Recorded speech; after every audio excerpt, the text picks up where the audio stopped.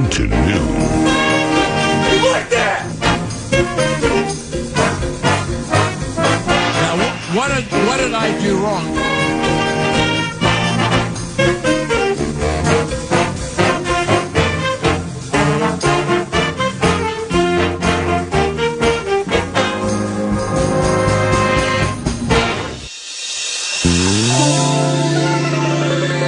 Football Feast.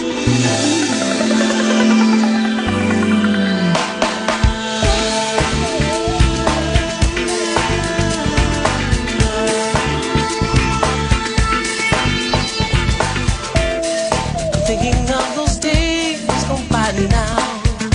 So music in the air. Life was good then it had meaning. We danced without a care. Oh no! Oh well. There I met you, our closest friends, whose eyes I'd seen before. We had come together in a special place to feel the joy. Cafe, even the music that they used to play.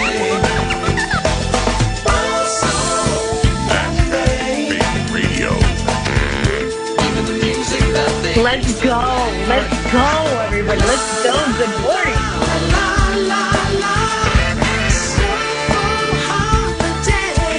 Everybody ready now? It'll blow your mind now.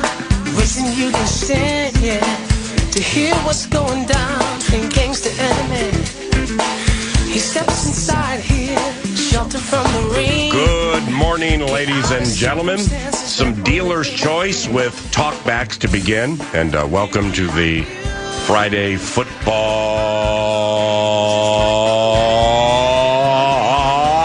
Feast! Number 1. Anybody attending the 3M bit? Anybody getting close for the selfies with the great Scotty Scheffler?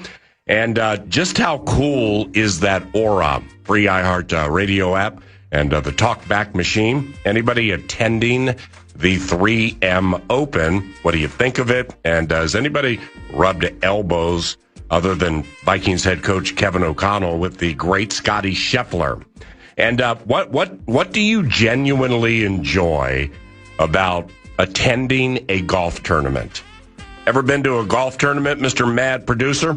No, I have not. And so I prefer to spectate from afar. And so I'm excited to hear from those that go, and it's okay. I'm either, if you're at a major, you're setting up maybe a chair at 6 a.m. and you're there. You're at the turn on and maybe on a dog leg left at 9, and you're going to sit there for 12 hours, and you're going to watch all the groups. Ooh, sit there for 12 hours, and you're going to save my seat, please. I got to go get a pimento sandwich and maybe a water, and then I'll be back. But you see the crowds. I don't know if you saw this, TPC and Blaine. The crowds that are following Mr. Scheffler. Wow. Are very much major-like. So Scheffler being treated like a king out there as part of the 3M tournament. But clearly, whether, was it the Ryder Cup that was here? We've had massive tournaments in the state of Minnesota. And, people, are they sleeping on Minnesotans up here in terms of those that want to attend and make that rowdy atmosphere what it is? I think they might be sleeping on the golf community in Minnesota. And yours truly is the last to claim to be an elite undulation mind. However, I would think this individual tournament or whatever tournament follows, like the British Open. Yeah. That's a tough spot. Well, that's this one, yeah. That's a tough spot. It's not good. Because like all the focus and all the best players, and it's a worldly affair, they get so set to compete in one of the four majors that like the next one, not saying nobody's trying hard. When I was watching a little of it yesterday in the Canterbury Park press box before racing, I mean, you had somebody like 9 under, 8 under, so they're just ripping that thing up. And I also don't know like what it takes to get a Scotty Scheffler to come to Minnesota to play in the 3M Open. Maybe they just choose. Maybe it's part of an advertising deal. Maybe there is an appearance fee or things like that. But Scotty Scheffler's in Minnesota, and that's super cool. It is. Bunch of familiar names with the Matsuyamas and the Kitayamas and Billy Horschel and Corey Connors and things like that. So if you're attending the 3M Open, what do you think about it? And what do you think about being that close to somebody who has some Captain Cool to him in Scotty Scheffler? And what do you genuinely enjoy about attending a golf tournament? Was Mark Twain right when he said, quote, golf is a good walk spoiled, end quote? Or do you see it the way George Carlin depicted the game of golf when he quipped, quote, golf is an arrogant, elitist, and boring game for rich people. He famously proposed solving the homeless crisis by repurposing America's thousands of golf courses, prime, well-maintained real estate, into low-cost housing. Anybody in lockstep with that? Or maybe you just adore rubbing elbows with the likes of Billy Horschel. That is talkback option number 1, the 3M Open. Those attending, what do you think? Free iHeartRadio app. And what's a good Talkback Tuesday on a Friday, sans some red-hot Minnesota Vikings talkbacks and takes? We have a doozy, too, with a training camp beginning next week. Eric Nordquist, please set the stage. Yeah, we talked about it earlier in the week in terms of the quarterback competition and what needs to happen for this team to have a terrific 2026. So when I say forget the QB for a moment. Yeah. Well, as soon as they take the field, what are we going to be talking all the freaking time about? It's Kyler. Oh, look what JJ did. We're going to be microanalyzing it as much as we try to avoid it. However, it's going to be a lot. For you as Vikings fans, this is your opportunity to control the conversation. And what is forgetting the QB, who is a player that you feel needs to have an unbelievable 2026 for this team to be playing meaningful games in January? Which player? And whether it's, I need the left tackle to be what I believe he can be. Or, this third-year edge rusher, he kind of splashed a little bit with injuries and such in a weird muck and mired at 2025. But now he might be the marquee guy, and he absolutely has to do it. Is there a player in the secondary? Hey, Eric Wilson, we just gave you that cash. Time to be great again. Throw those names out there. People that you were excited about. Maybe it's Big Citrus. Maybe it's Caleb Banks, and that foot needs to be healthy. But as training camp gets going, and it's segments in mass at the perch, or it's just here in studio as we recap and go through how this thing is progressing in the reconstruction of the Dream 2026 edition. Yeah. Who are the players that you will be wanting us to be talking about? Who do you want to hear is having an unbelievable camp en route to an unbelievable 2026, en route to a team that finds their way into the postseason? I like the twist to the talker. When you take it to the NFC teams looking to turn frowns upside down.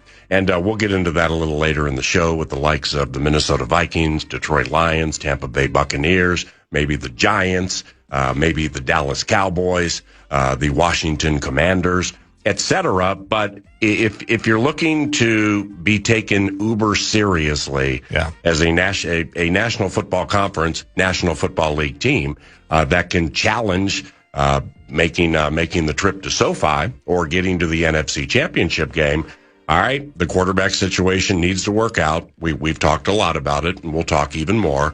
There are certain facets that have to work out.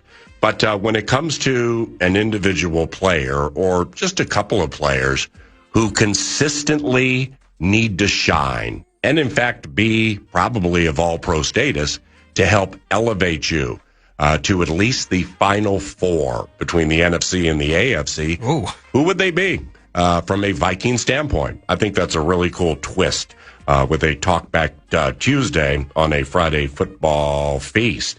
And for yours truly, strangely, I'm absolutely not bored with talking about the Minnesota Vikings quarterback competition.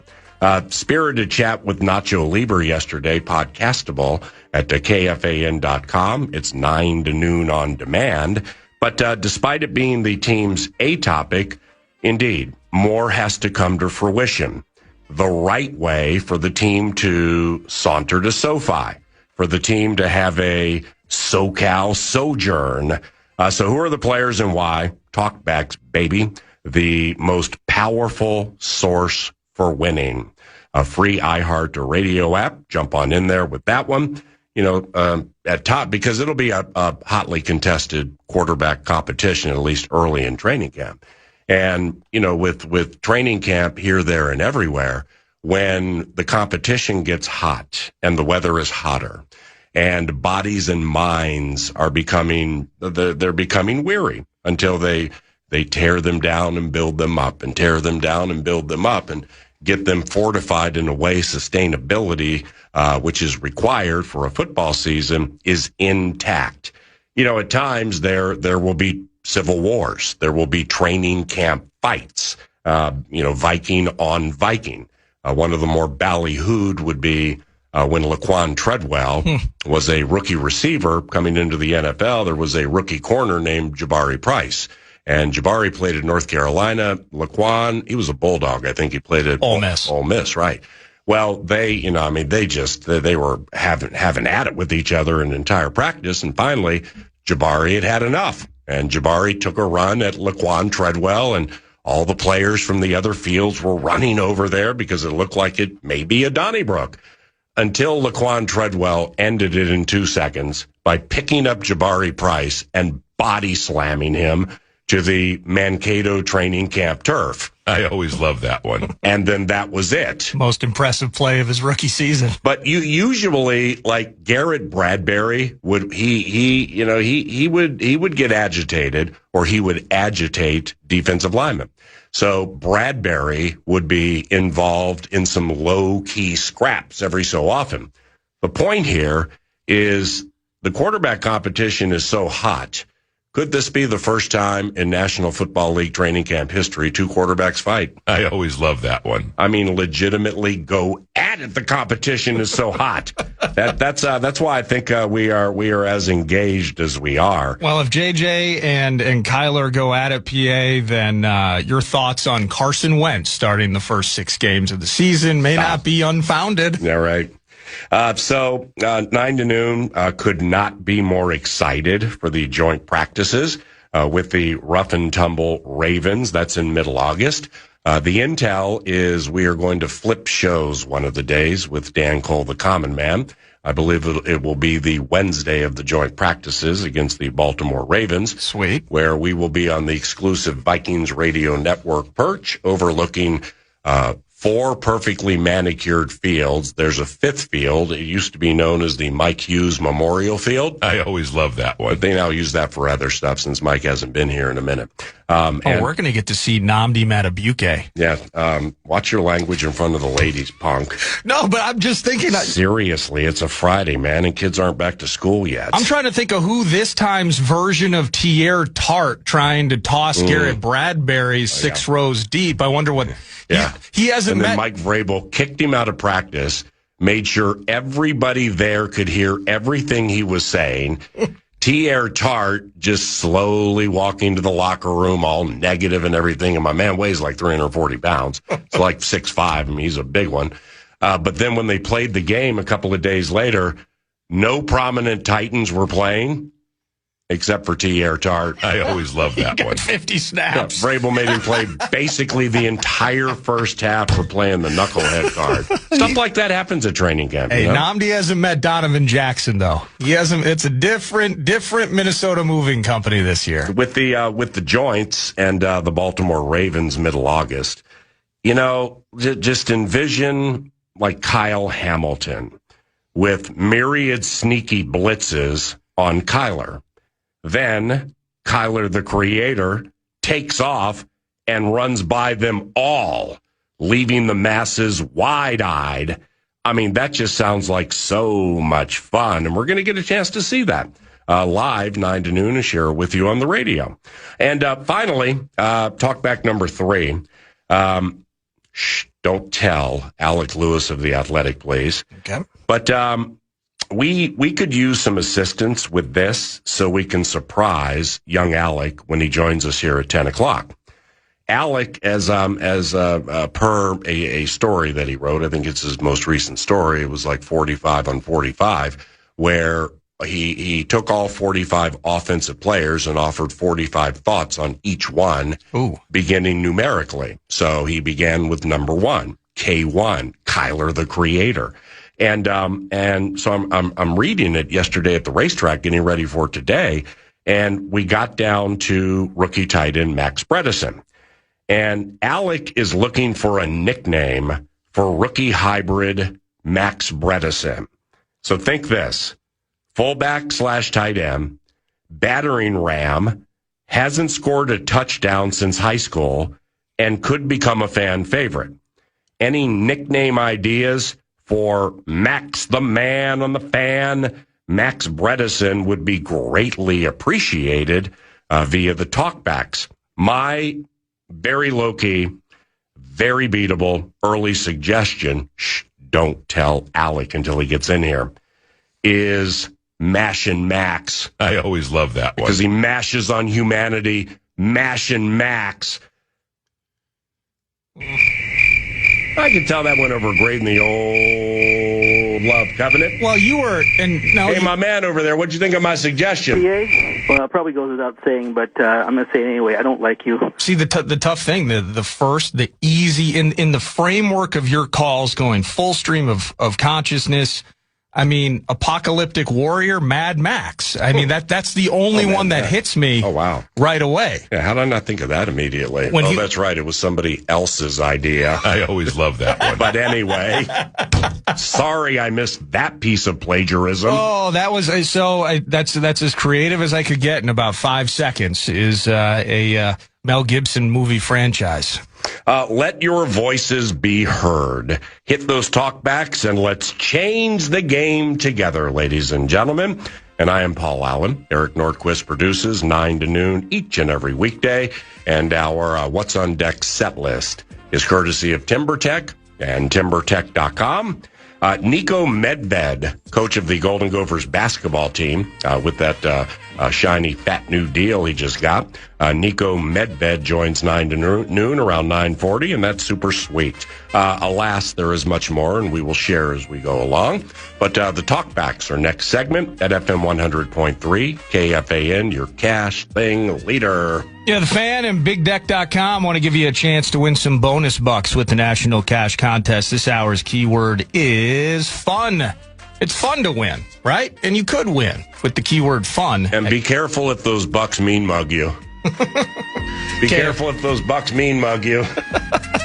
Thank you. KFAN.com. One person got it. That's all that we needed to get it. If we're having fun, the listeners are having fun. 9 to noon returns next.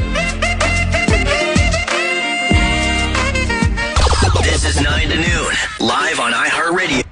I mean, Caleb Banks this, Dallas Turner that, Christian Darrisaw this, Blake Brandel that. I mean, that'll fill anybody's talkback machine.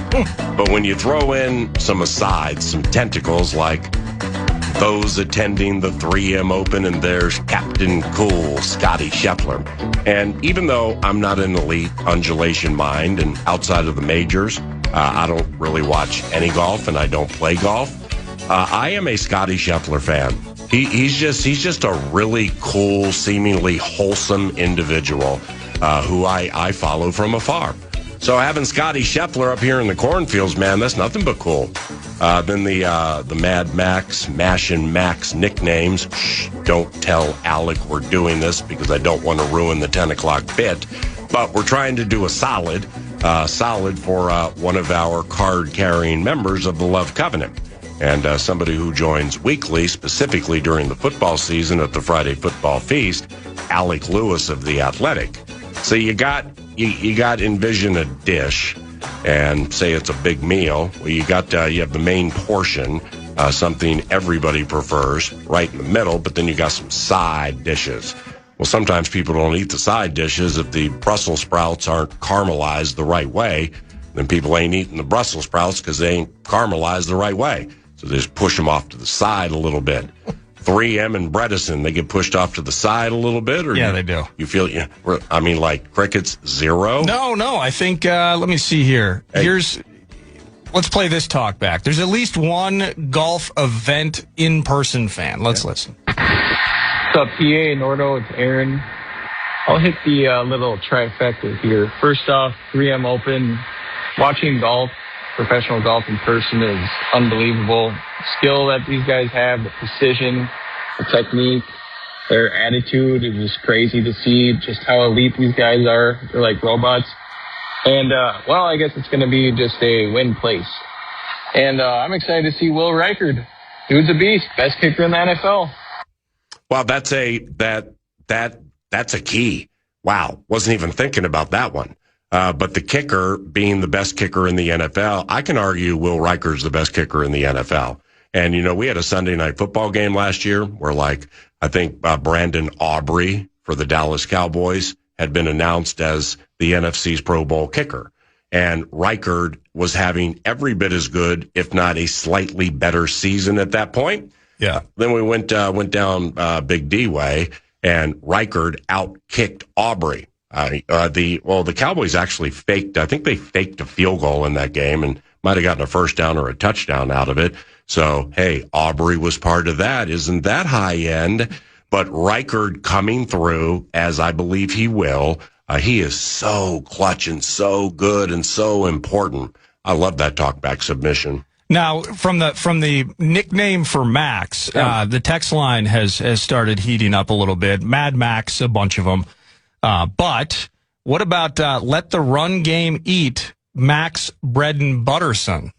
Well, I mean, that's hard to get out during the course of a play call or young Alec writing a story. Okay, what about the Packers are paying the max tax? The what? The max tax. Yes. Physical in the run game. As an aside. And 13-yard gain by DeMond Claiborne. First down for the Minnesota Vikings, and holy cow, Micah Parsons just had to pay the max tax. I don't know about this one. Just Gluteus Maximus. I don't know if he would appreciate just being referred to as the butt muscle. Always. But Monster Mash, that's an option there. It's the Monster Mash. Let's listen to some talkbacks. It's a graveyard dash. Hey, it's Niko from over here in St. Paul. What up, brother? I think Jordan Addison actually needs to have the best season because, off the field, he's got to make up for that. But also, we got Jettas. If he has a good year, if Addison has a good year, we can trade Jettas and J.J. McCarthy. And maybe Kyler Murray, too, for a good quarterback like, not Trevor Lawrence. But, yeah, no, definitely the wide receiver. Glad you giggled at the end of that. I mean, we started off strong. But like several of my win wagers at Canterbury Park last night, started off strongly, 3-4 length lead into the final furlong. Oh, no, something's gone amiss with my horse because it's dropping out of it post-haste. Yeah, we started out praising, Addison's going to have a great year, and then suddenly we're trading Justin Jefferson, J.J. McCarthy. And then we're giggling at our own prattle, wondering if said diatribe makes sense, or is it copyright Dan Cole, the common man? You're either on to something or you're on something, but we appreciate the dedication. What about Maxaroni and cheese? Who's the cheese? Somebody taking the cheese. Mm-hmm. I have one. I find the frequent inclusion, like preferably not missing more than a game or two, to be very important for high-end Minnesota Vikings in totality success. But with Jonathan Grenard now playing for the EAGLES Eagles, I think this guy needs to come up big. Vikings rush 4. Williams runs away from Redmond to the right. Van Ginkel got him, and he stashed him. Andrew Van Ginkel with a big-time sack back at the 18-yard line, and the Chicago Bears are punting it away to Miles Price. Let's not forget about the Gink. The gink. The gink is on fire. We don't need no JG. Let them burn. Yeah, continue explaining AVG for a second so I can find the dumb parody song that I did. Well, Andrew Van Ginkel is one of the best edge players in the entire NFL. Okay, he may not finish with as many sacks as, I don't know, Brian Burns or whomever. But will Brian Burns jump routes and get to the house? Will Brian Burns slide to the inside and mug the A-gap only to drop and then fade outside of the, fade outside of the hash marks and pick off somebody? Andrew Van Ginkel and the 3-4 hybrid with floaters is incredibly important. Obviously off the neck injury last year. Not saying past performances are definitely indicative of future neck problem results, but I think it can be argued. I don't think it's an argument. Andrew Van Ginkel is the best overall player on the Minnesota Vikings defense.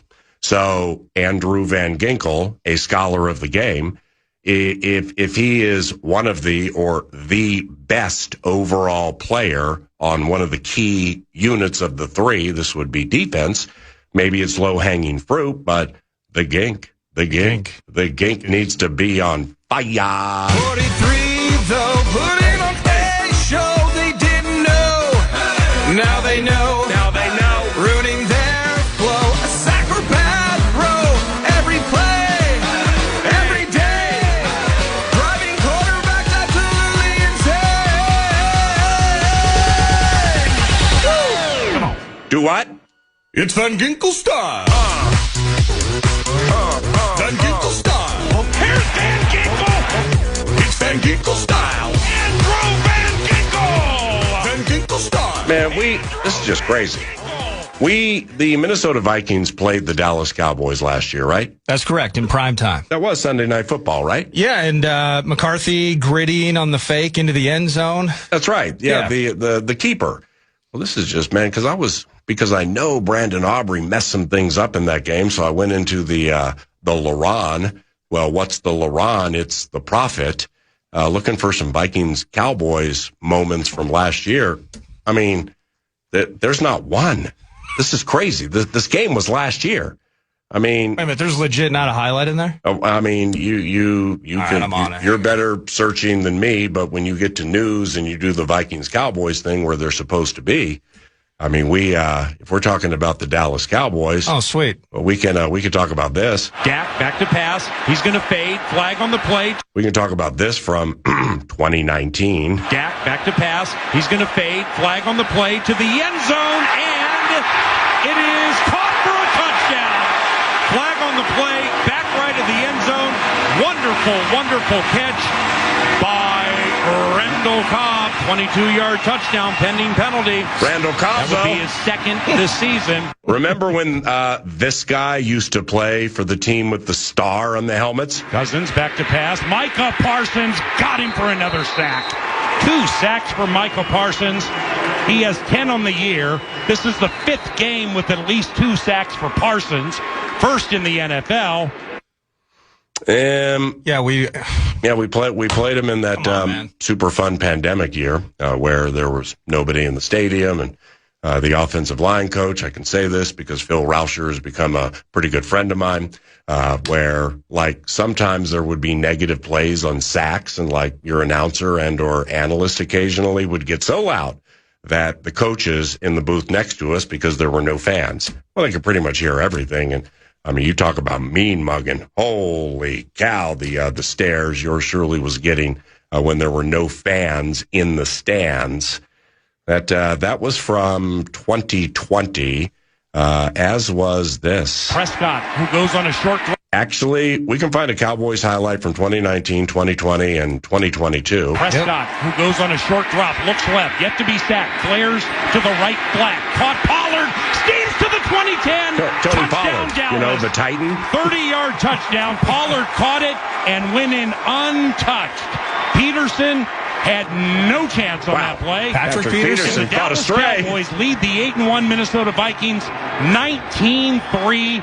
Damn, Vikings 8-1 though. Yeah. What about the Cowboys tight end? I mean, not Ferguson, who plays with them now and played against the team last year, but, the pandemic year. 3rd and goal from the 2.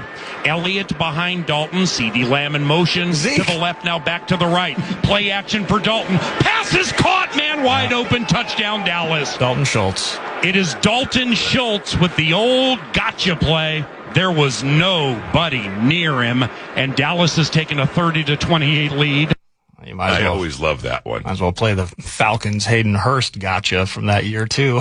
Well, it's okay. The Aubrey bit, man. I just know he made some mistakes. There is a, certain roles here at the company, and one of them is getting those highlights. Go on. Putting them in a spot. Yep, go on longer. And somebody that it's a Friday. They got all weekend to ruin your weekend. Is charged with that task.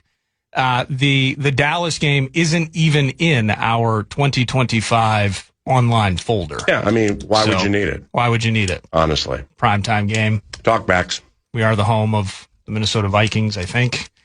Let me see here. Good morning. Hey. No, that one got a little FCC tricky. Let's do this. Nate from Nantucket. I think individually, Caleb Banks plays a huge role in the success of the season and being an anchor on the D-line. But I also think it's really interesting that there are multiple rookies that could have significant playing time and play a big role this season. From Banks, Big Citrus, Golday, Demings, Jacoby Thomas, even the fullback Bredson, they could get a lot of time, make a big difference. Dig the dedication, specifically from afar. And Nantucket go crazy. With Gold Day, and these are early takes with a right to change them closer to the season, but I don't think I'll be changing this one unless somebody gets hurt. With Jake Golday, the Cincinnati rookie inside linebacker, I would expect him to be an active participant on game days, but as more of a special teams guy to start his career. Now, when I say inside guy, it's in Brian Flores' defense.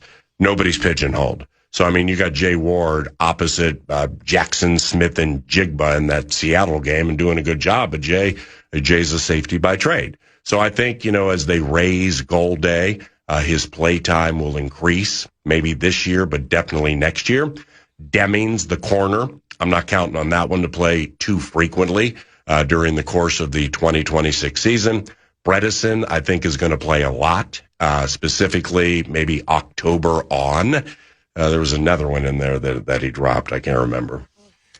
To the talkback machine. Yo, this is Ryan from Sioux Falls. I think the most appropriate name for Max Bredesen would be Max Bam Bam Bredesen. Bam Bam for short. What do you think? Bam Bam. Yeah, Bam Bam. I like that. Save that one for Alec when he joins, okay? What about Big Stacks Max? I like it, but it's not these. I'm not the final say here. Maybe when we start playing games, when we get to the regular season, and we start mixing in some things we don't mix in during the preseason simulcast foray, maybe something will hit me by then. But this is more for Alec Lewis. Shh, don't tell him. Because he's going to be in studio after Golden Gophers basketball coach Niko Medved joins 9 to noon. So save a couple for Alec. Hopefully he doesn't know it's coming, and we will see what he thinks of those. We're trying to do a brother a solid here off a story he recently wrote at The Athletic and theathletic.com.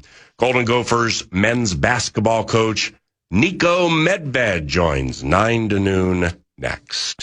This is 9 to noon, live on iHeartRadio and KFAN, The Fan. Our iHeartRadio. Mr. Niko Medved, it's Paul Allen. A pleasant Friday morning to you. How are you? PA, I'm doing great. How are you? Pretty good, buddy. We had a Gophers football media day, a 9 to noon radio show at Gibson Nagurski.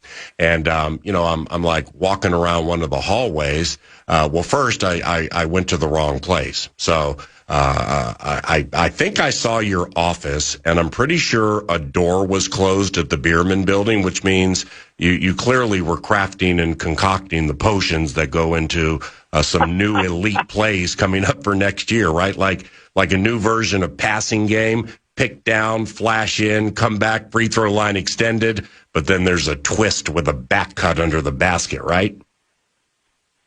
We like the back cuts. You ought to come over and visit our side of the facility, man. Have you ever been over there before? Yes, we would like to do that. And strangely, through the nearly 3 decades of doing this radio show, all the way back to when you started listening to KFAN, and it was the PA and Dubé show. We had never done a Gophers football media day radio show on site. And, yours truly, at age 60, still seeing sports through the eyes of a child. Of course, I got bit. I mean, I'm meeting Drake Lindsay. We got Anthony Smith, the pass rusher, and so on, along with PJ. And then you just learn some background related things because I can be trusted off the microphone. And then you just get excited about what's coming. We'd love to do that with your team, man, if it's possible. No, dude, we'd love to come over anytime. And I tell you what's cool, too, is now it's not the TCO Performance Center that you're in all the time. That place is incredible. But isn't that facility, the Athletes Village, and the stuff that, it's a great facility. They did a great job with it. It's really nice. Yeah, the one thing with which I become enamored or infatuated, Coach Medved, is the athletes-only cafeteria. And I like how former Gophers basketball player Parker Fox would stand outside just teasing students who couldn't come into the athletes-only cafeteria, and then he'd go in and have his meal and sit by Taylor Heisey and Brock Faber, hockey player du jour. But the whole thing sounds like it's absolutely comfy, and you guys take good care of your players, don't you? No, we do. No, they've got it. They have got it great. I always tell recruits, in fact, we just had a recruit on an official visit here, too, the last couple of days. I feel like, the Big Ten right now, it's the best resource league in the world after the NBA. And what these kids, I'm sure football would say the same thing, as far as the NFL, the Big Ten, the way that they do it, the way they do it at Minnesota and all these schools, boy, these athletes have it great. You said an on-campus visit, a recruit, somebody maybe from modern-day high school in Southern California who averaged a triple-double like Oscar Robertson? They don't make them like Oscar anymore, I'll tell you that. But no, we had a young man we're excited about. He's from down south. He's a kid from Texas, actually. So no, we're in that season right now, and our guys are training here. So we're in week 7 of week 8. Next week's the last week of our summer practice and workouts. And so yeah, June and July for us are really busy months. Well, I want to get into that momentarily, but first and foremost, congratulations on the new deal. Pretty sweet. It transpired this early in the equation, don't you think? Yeah, it's not anything, you anticipated. I mean, I knew, coming in here, we had to roll up our sleeves, and we had a lot of work to do to build the program. And then, boy, we dealt with all those injuries. And I remember there were a lot of nights I came home and we're getting ready to dive into Big Ten play. And I'm telling my wife, I'm like, I don't know if we're going to be able to win a game.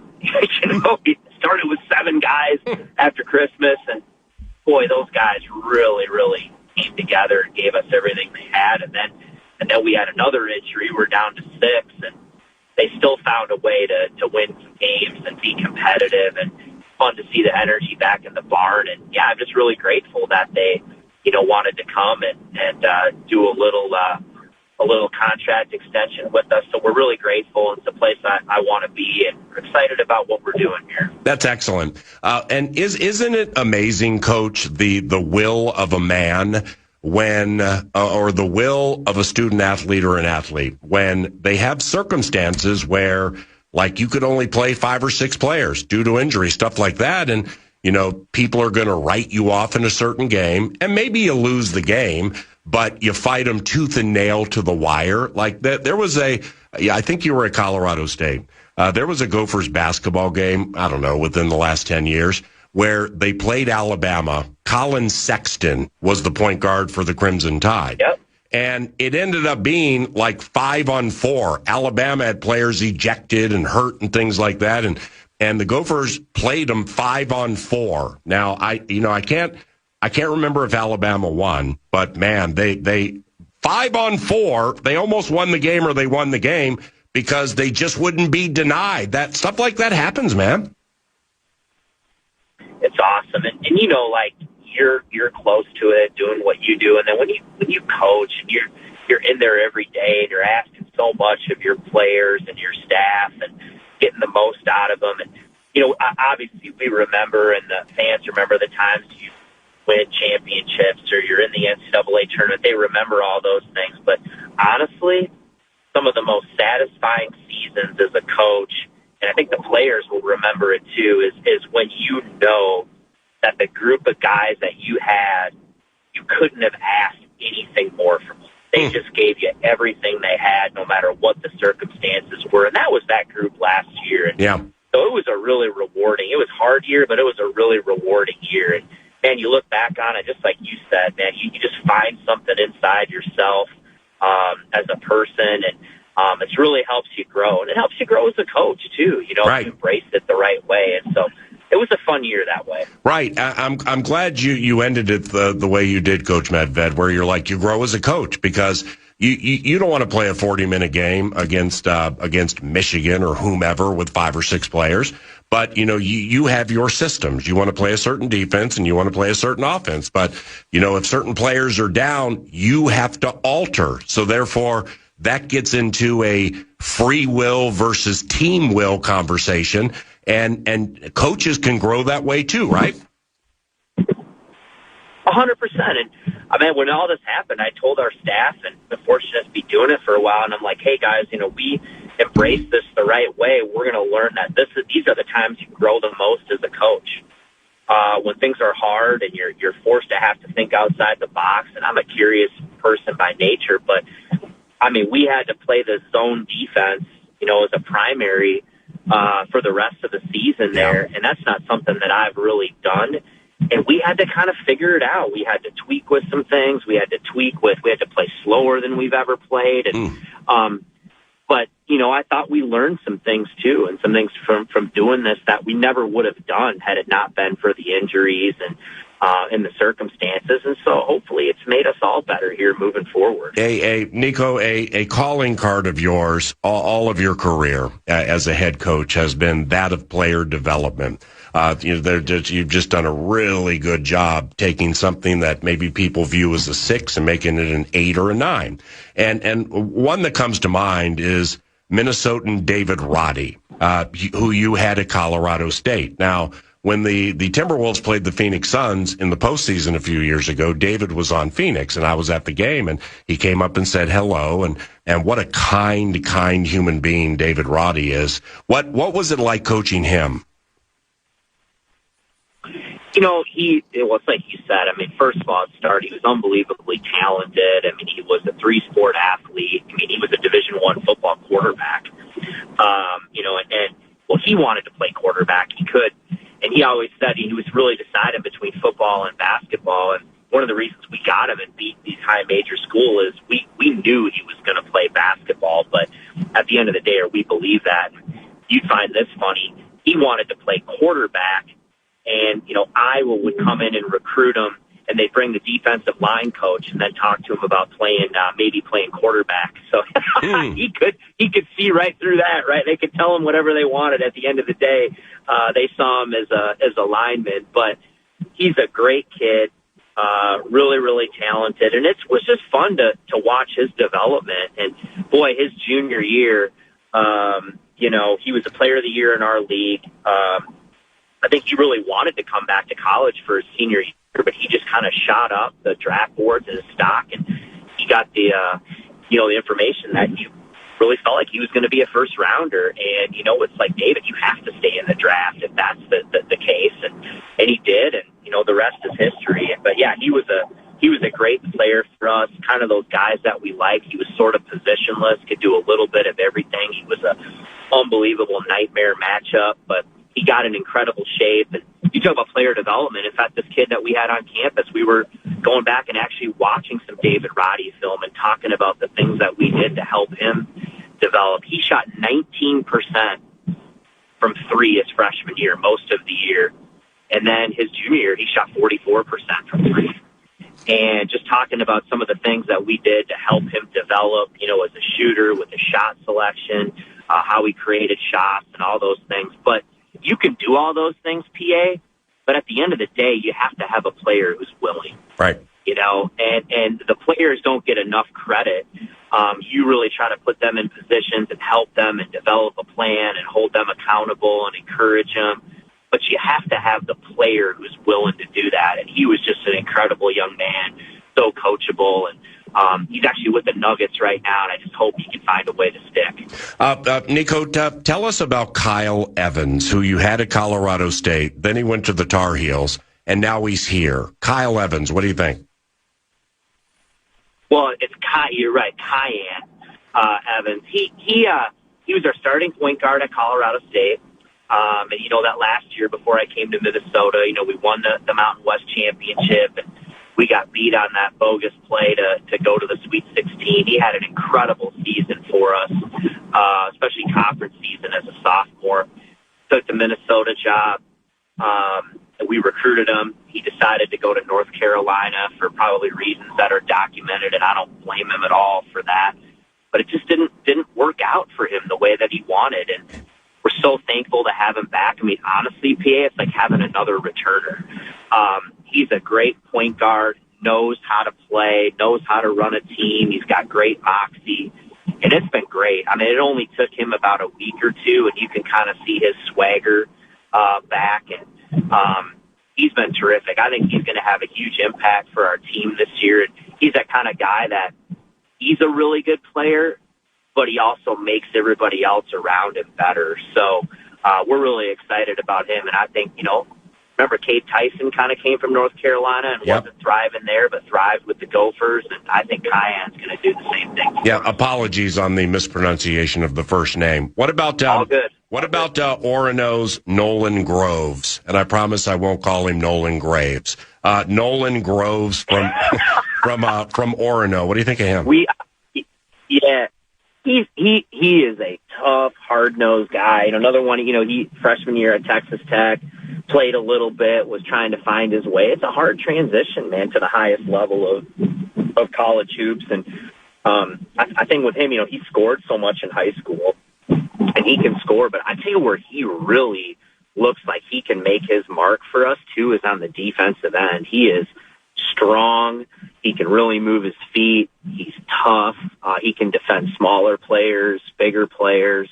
So we're excited about him. And, we've got, it's funny, we got two Nolans here. We got Nolan Groves and we got Nolan Anderson, a freshman from Wyzetta. And so I still have to figure out nicknames for these guys, because when I say, hey, Nolan, it's two guys, and I gotta figure that piece out. Niko Medved, coach of the Golden Gophers basketball team, joining 9 to noon on this Friday front court feast. Couple of quickies to close here.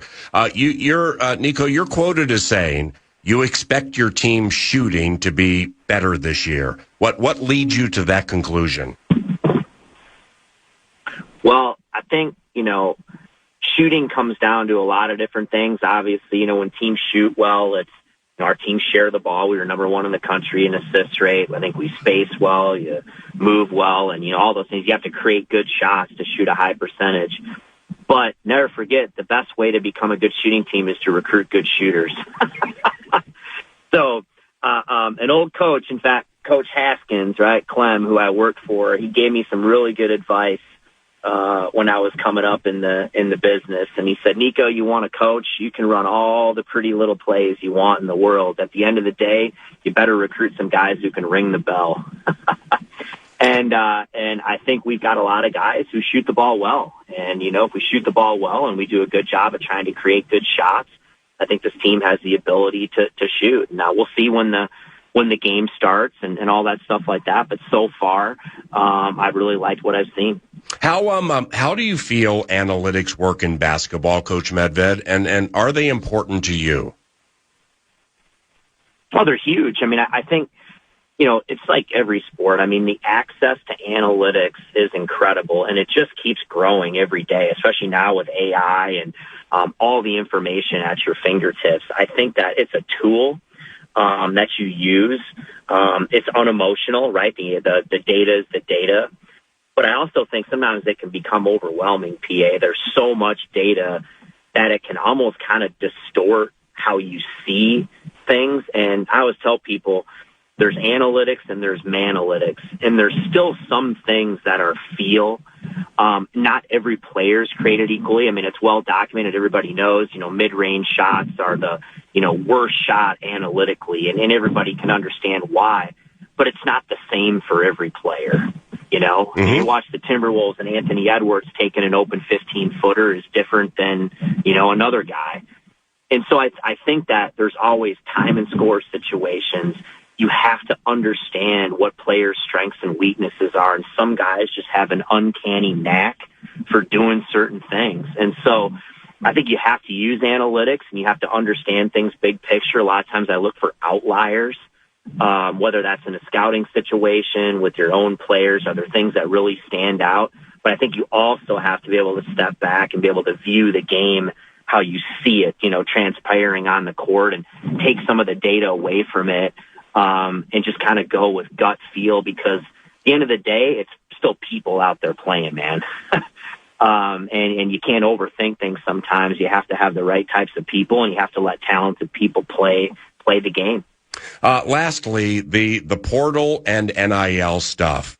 Is that a constant? Does that have to be a constant focus of yours? And either finding good players with wanderlust or making sure those you like don't leave. Is that like an every week thing? Yeah, I mean, it's constant. I mean, there's no question. I mean, we're no different than everyone else in the country. I still think, though, we all know NIL and money, it's a big deal. You have to have enough to be competitive, to have any chance. But at the same point in time, it doesn't change how important evaluation is.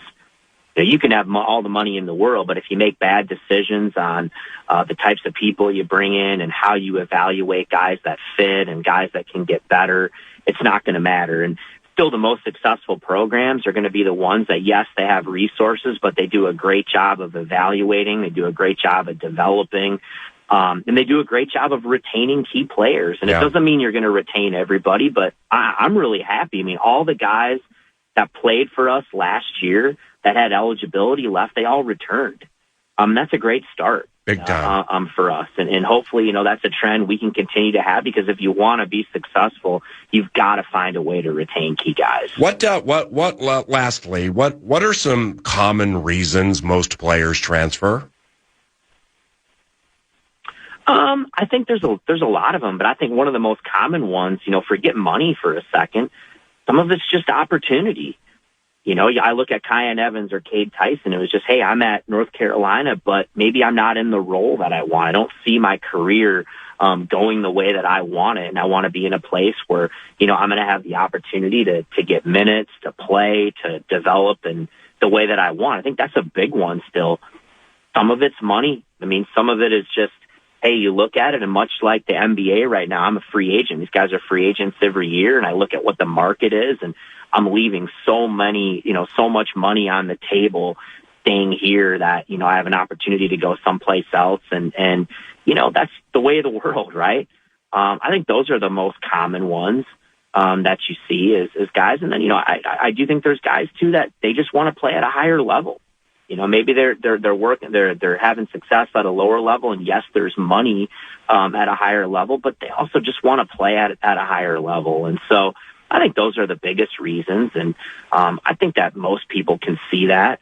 And you can't blame the guys. That's the system that we have right now. You're a free agent every year. Guys are going to continue to look at their options, and what you have to do is create the best environment possible, show these guys that they get better.